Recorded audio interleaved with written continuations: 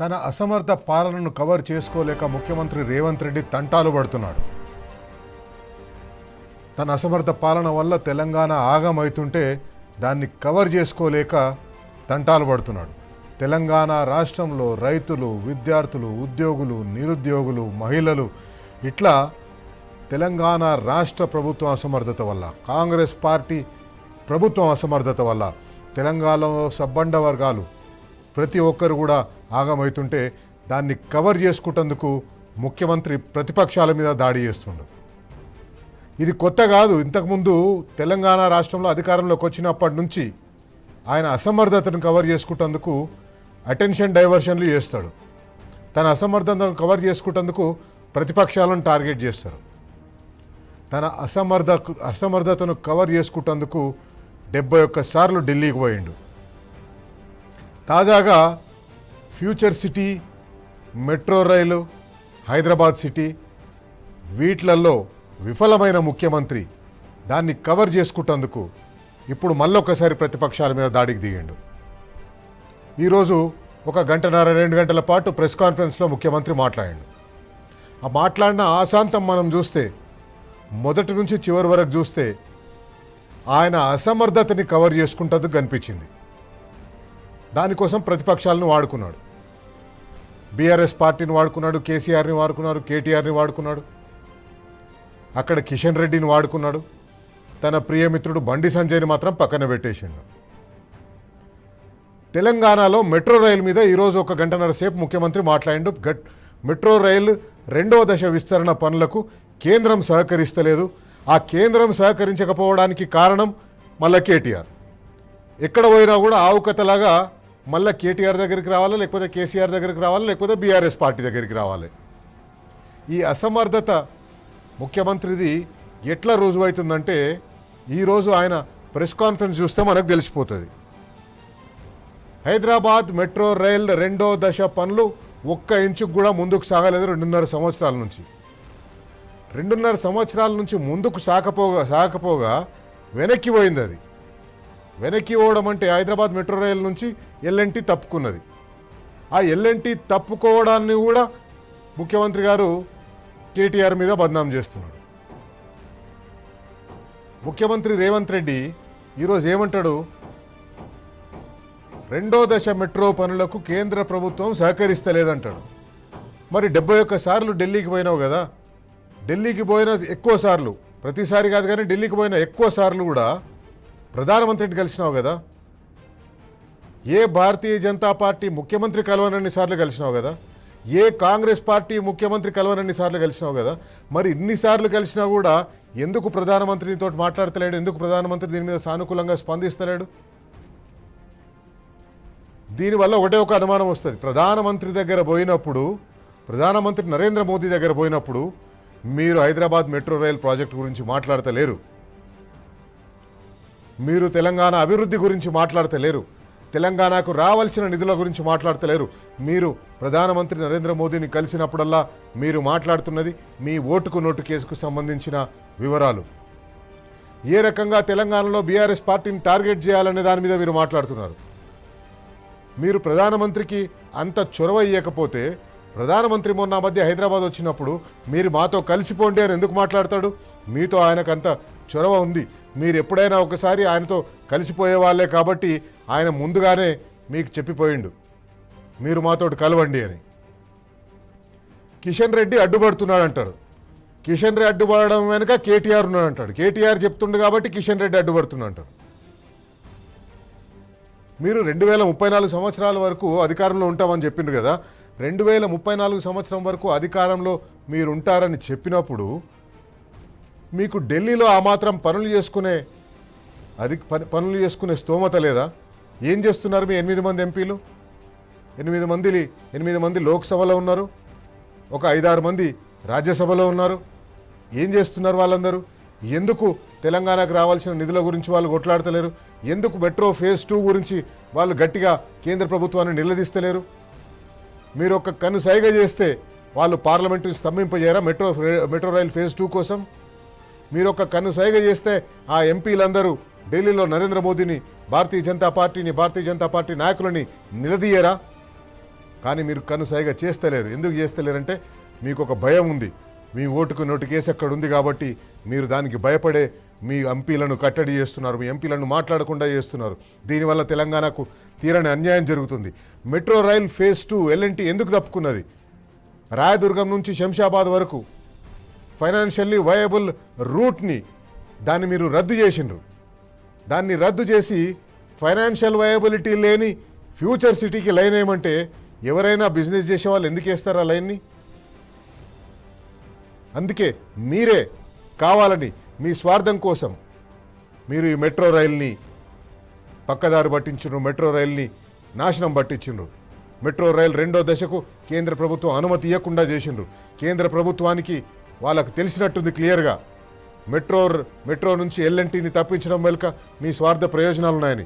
Metro L&T వద్ద ఉన్న 30,000 ఎకరాల 30,000 కోట్ల విలువైన భూములు దాని మీద మీ కన్నుబడ్డదని కేంద్ర ప్రభుత్వానికి తెలిసినట్టుంది. అందుకే మీ మెట్రో రైల్ పనులు ఫైనాన్షియల్ వయబిలిటీ లేని మీ రూట్లు దానివల్లనే కేంద్ర ప్రభుత్వం దాన్ని రద్దు చేస్తుంది. కేంద్ర ప్రభుత్వం దాన్ని పట్టించుకుంటలేదు.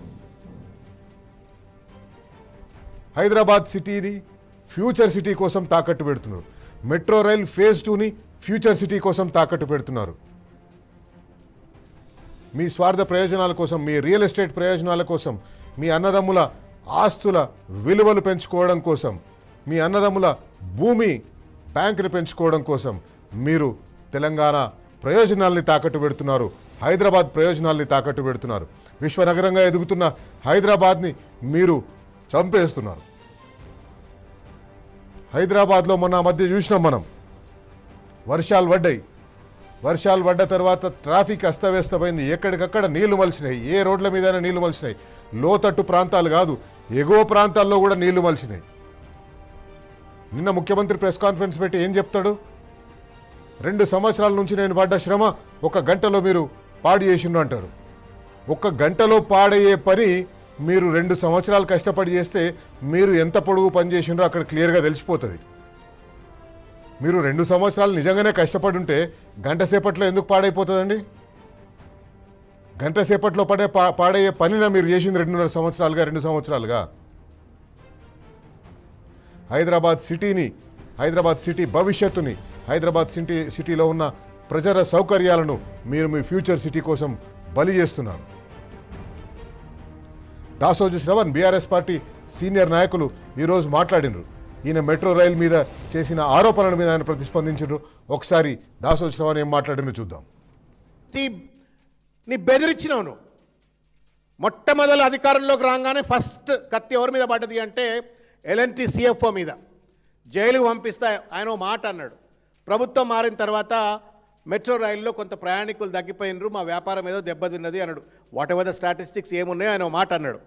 ఆ మాట అన్నదే ధర్మిల నేను జైలుకు పంపుతాను అట్లెట్లంతో ప్రభుత్వం భారతే అని చెప్పని, రాజకీయాలు అని చెప్పని అతన్ని బెదిరించిండ్రు.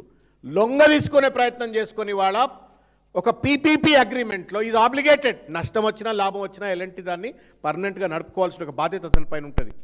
దాన్ని పక్కన పెట్టి నువ్వేదో పెద్ద తెలంగాణ ప్రజలకు ఫేవర్ చేస్తున్నట్టుగా దాన్ని టేక్ ఓవర్ చేసినావు. 6,250 కోట్ల రూపాయల మెట్రో విస్తరణకు టెండర్లు పిలిచి శంకుస్థాపన పూర్తి చేసినటువంటి ఒక hitech city to Shamshabad metro రైలును ఎందుకు రద్దు చేసినావు రేవంత్ రెడ్డి?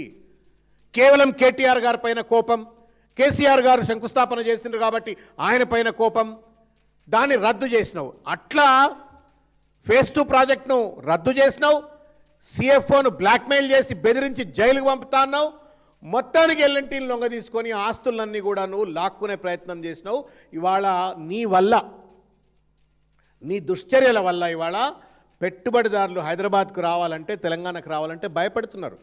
కిషన్ రెడ్డి గారు ఫేజ్ 2 ప్రాజెక్టుకు సంబంధించిన ప్రపోజల్ను ఈయన రేవంత్ రెడ్డి ఢిల్లీకి పంపితే దాన్ని శాంక్షన్ కానియకుండా, అప్రూవల్స్ రానియకుండా అడ్డుకుంటున్నాడు అని చెప్పని కిషన్ రెడ్డి గారిని అన్నాడు. ఒకవేళ అది నిజమే అయినట్టయితే మరి మీరేం గడ్డి వీక్తున్నారు సార్? మెట్రో రైలు ప్రాజెక్టు మీద మొత్తం రేవంత్ రెడ్డి గారు ఈరోజు అబద్ధాలే మాట్లాడిండ్రు.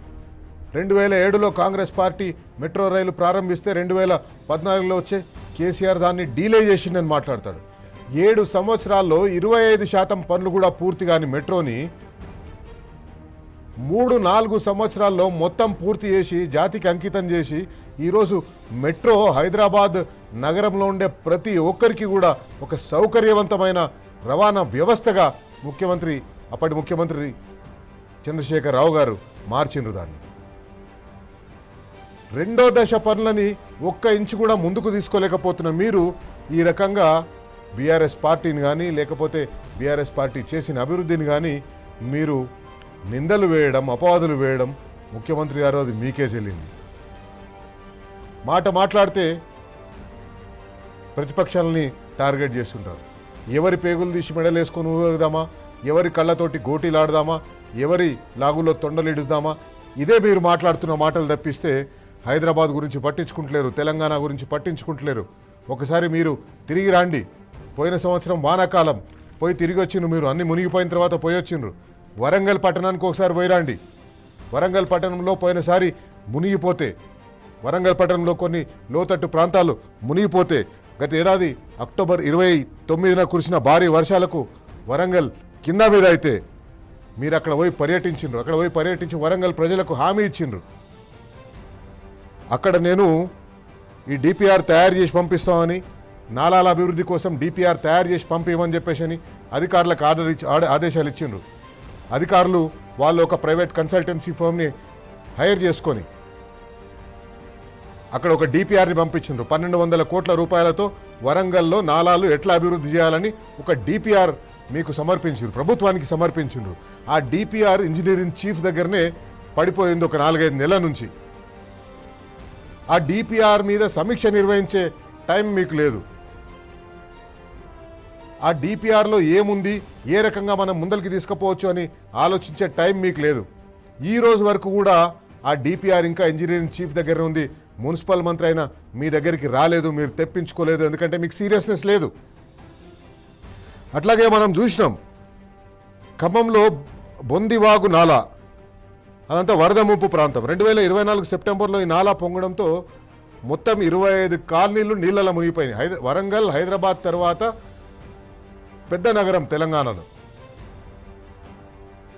అక్కడ ఆ నాలా విస్తీర్ణ పనులకు బీఆర్ఎస్ పార్టీ అధికారంలో ఉన్నప్పుడు 158 కోట్ల రూపాయలతోటి అడ్మినిస్ట్రేటివ్ శాంక్షన్ ఇచ్చేసింది. ఆ అడ్మినిస్ట్రేటివ్ శాంక్షన్ ఇచ్చిన దాన్ని మీరు వచ్చిన తర్వాత దాన్ని రద్దు చేసి మళ్ళీ శంకుస్థాపన చేసిండ్రు.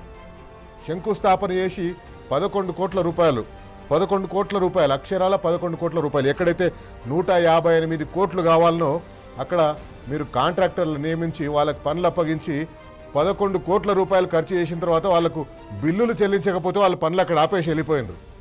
ఇది వరంగల్ మీద మీకున్న ప్రేమ. వరంగల్ ప్రజలు బరాబర్ అడుగుదాం, ముఖ్యమంత్రి గారు వరదలు వచ్చి సంవత్సరం కావస్తుంది, మళ్ళొక వరదల కాలం వచ్చింది, మీరు చేసింది ఏంది వరంగల్కు?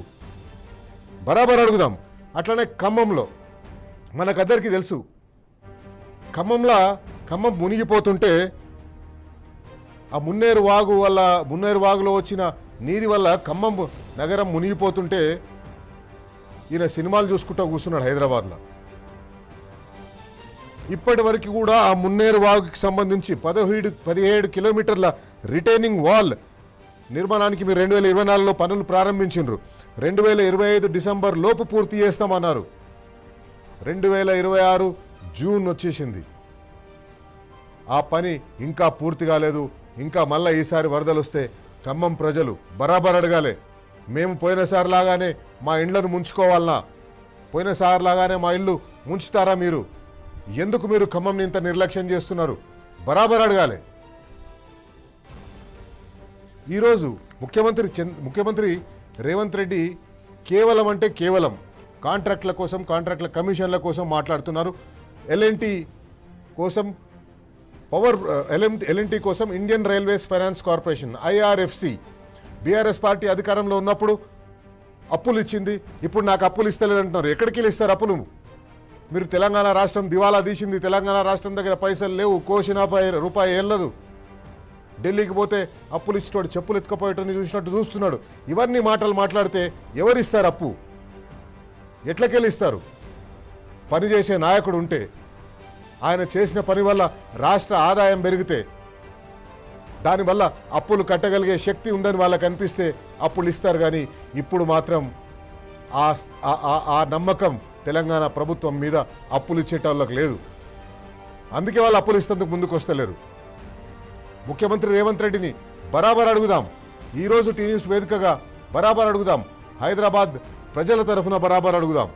ఖమ్మం ప్రజల తరఫున, వరంగల్ ప్రజల తరఫున, తెలంగాణ రాష్ట్రంలో ఉన్న ఇతర మున్సిపాలిటీల్లో ఉండే లోతట్టు ప్రాంతాల్లో వానలు పడితే, పెద్ద వాన పడితే మునిగిపోయి బిక్కుబిక్కుమంటూ భయంతో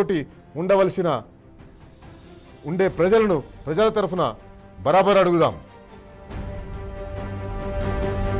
హైదరాబాద్ మెట్రో ఫేజ్ 2ను ఆగం చేసింది మీరు కాదా? ఎల్ఎన్టీని భయపెట్టి పంపించింది మీరు కాదా? శంషాబాద్ లైన్ రద్దు చేసి ఫ్యూచర్ లేన్ సిటీకి లైన్ వేస్తానందుకే కదా మెట్రోకు ఈరోజు ఈ దుస్థితి. బరాబర్ అడుగుదాం.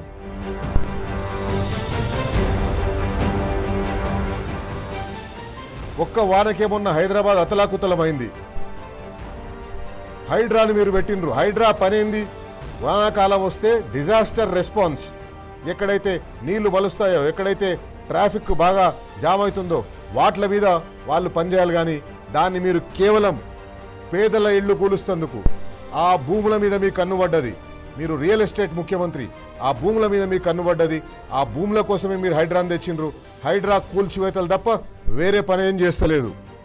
కూలగొట్టి ఆ స్థానాలు మీరు ఆక్రమించేటందుకే హైడ్రాను వాడుకుంటలేరా? బరాబర్ అడుగుదాం.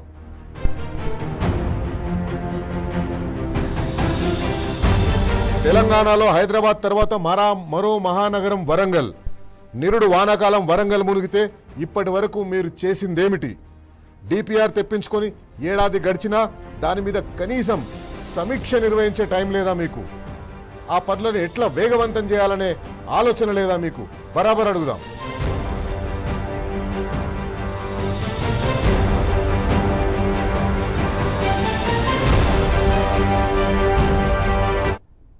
ముఖ్యమంత్రి రేవంత్ రెడ్డి అధికారంలోకి వచ్చినప్పటి నుంచి ఒకటే ఎజెండాగా పెట్టుకున్నాడు.